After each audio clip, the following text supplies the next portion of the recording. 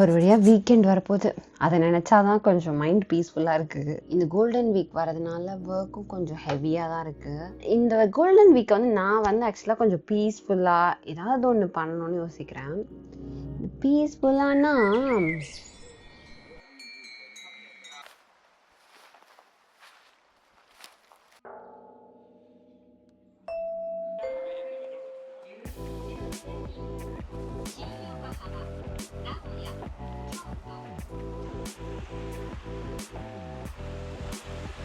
செம ஹெக்டிக்கான வீக்குங்க. அந்த வீக்குக்கு நடுவுல கிடைச்சது தான் இந்த கோல்டன் வீக். இந்த கோல்டன் வீக்ல நான் பார்க்கலான்னு வந்த இடம் பாத்தீங்கன்னா கமகுரா.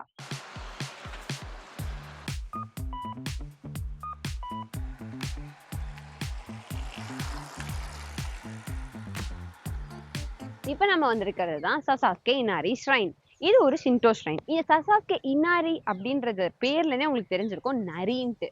இந்த கோயில்ல பாத்தீங்கன்னா பல நரிகள் வச்சிருக்காங்கங்க. இனாரியோட அந்த தேவதைகளோட தூதர்கள் தான் இந்த நரிகள். சோ அதனால இதை கும்பிடுறாங்க இந்த ஜாப்பனீஸ்.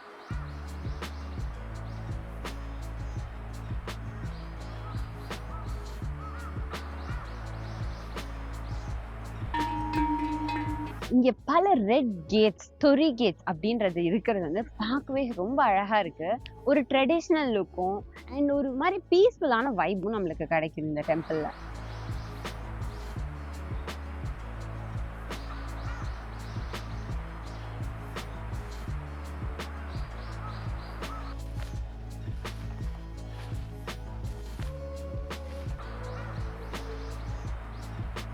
இப்போ நான் கமகுரா ஸ்டேஷன்ல இருந்து புத்தா டெம்பிள் போறதுக்காக நடந்து போயிட்டு இருக்கேன்.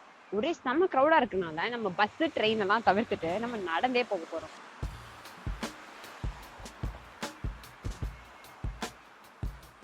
இங்க ஆக்சுவலா மெயின் ரோட்லயும் நம்ம போலாம். ஆனா நான் இங்க ஒரு ஷார்ட் ரூட் பார்த்ததுனால அது எப்படி இருக்குன்னு போய் பார்க்கலாம். இந்த ரூட் ரொம்ப சின்னதா இருந்தாலும் ஆனா இங்க இருக்க வீடுங்க எல்லாமே ரொம்ப அழகா கட்டியிருக்காங்க. இங்க ஒரு பர்பிள் கலர்ல பூ பூத்திருக்கு. அது பார்த்து இந்த வாசனையே சூப்பரா இருக்கு. இந்த தெரு ஃபுல்லா அந்த வாசனை அடிக்கிற மாதிரி இருக்கு. இந்த புத்தா டெம்பிளுக்கு போகிறதுக்கு முன்னாடியே பாத்தீங்கன்னா இந்த தெரு ஃபுல்லா அந்த புத்தா ரிலேட்டடான ஸ்டப்ஸ் நிறைய வச்சிருக்காங்க இந்த கடையில. இங்க நிறைய கடைங்க இருக்கு. நம்ம இங்க இருந்து புத்தா ஸ்டாச்சு அந்த மாதிரி ஏதாவது சொவீனியர்ஸை நம்ம வீட்டுக்கு வாங்கிட்டு போலாம்.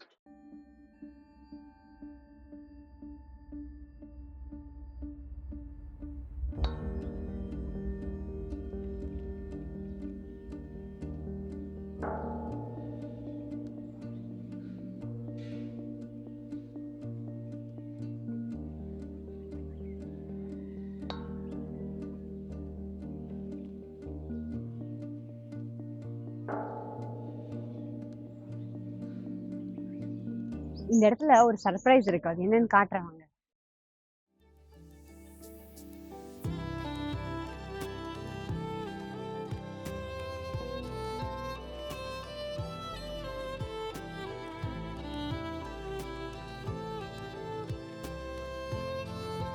இந்த ஜெய்ஜாண்டிக்கான புத்தாவோட ஐஸ் வந்து க்ளோஸ்டா இருந்தாலும் அந்த ஒரு குட்டி கேப் வழியா அந்த புத்தா நம்மள பார்த்துட்டு இருக்க மாதிரியே தெரியுது. ஒரு ஆங்கிள்லயுமே ஒரு மாதிரி பிரம்மாண்டமா இருக்கு.